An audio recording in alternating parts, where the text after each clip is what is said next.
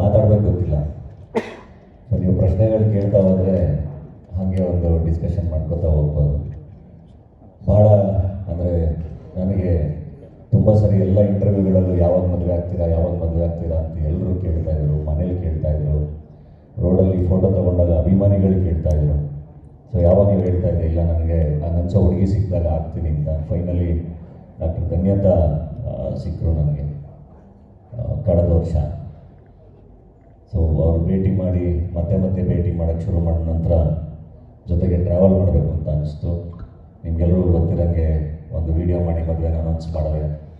ಒಂದು inline letter ಮೂಲಕ ಎಲ್ಲರನ್ನ ಇನ್ವೈಟ್ ಮಾಡಿದೆ. ಮದುವೆ ಪ್ರೊಸೆಸ್ ಹಂಗೆಲ್ಲ ಶುರುವಾಯಿತು. ಈಗ ಆಲ್ಮೋಸ್ಟ್ ಮದುವೆ ಹತ್ರ ಬಂದಿದೆ. ಈ 3 ತಿಂಗಳು ಹೆಂಗೆ ಹೋಯ್ತು ಅಂತ ಗೊತ್ತಿಲ್ಲ. ತಿರುಗ್ತಾನೇ ಇದೆ. ಸೊ ಎಲ್ಲ ತಿರುಗಾಟ ಮುಗಿಸಿ ಇವಾಗ ನಿಮ್ಮ ಮುಂದೆ ಬನ್ನಿ. ಆ್ಯಂಡ್ ನಿಮ್ಗಳನ್ನು ಕೂಡ ಪ್ರೀತಿಯಿಂದ ಮದುವೆಗೆ ಇನ್ವೈಟ್ ಮಾಡ್ತಾ ಇದ್ದೀನಿ ನಿಮ್ಮ ಮೂಲಕ. ಆದರೆ ತುಂಬ ಜನನ ಪರ್ಸ್ನಲ್ ಆಗಿ ಕರೆದೆ.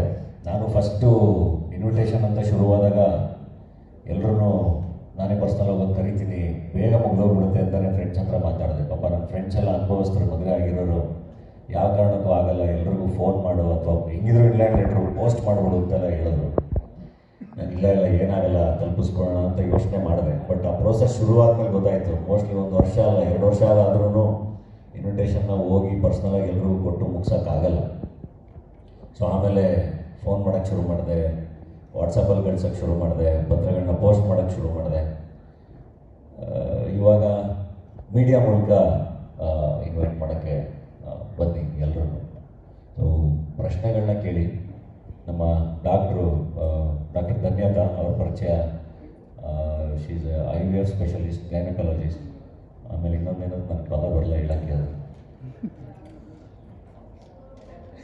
ಹೆರಿಗೆ ಮತ್ತು ಸ್ತ್ರೀ ರೋಗ ತಜ್ಞೆ, ವಂಚಿತನದ ತಜ್ಞೆ ಅಂತ ಕನ್ನಡದಲ್ಲಿ ಹೇಳ್ತೀವಿ. ಇಂಗ್ಲೀಷಲ್ಲಿ ಅಂದರೆ obstetrician and gynaecologist and IVF specialist.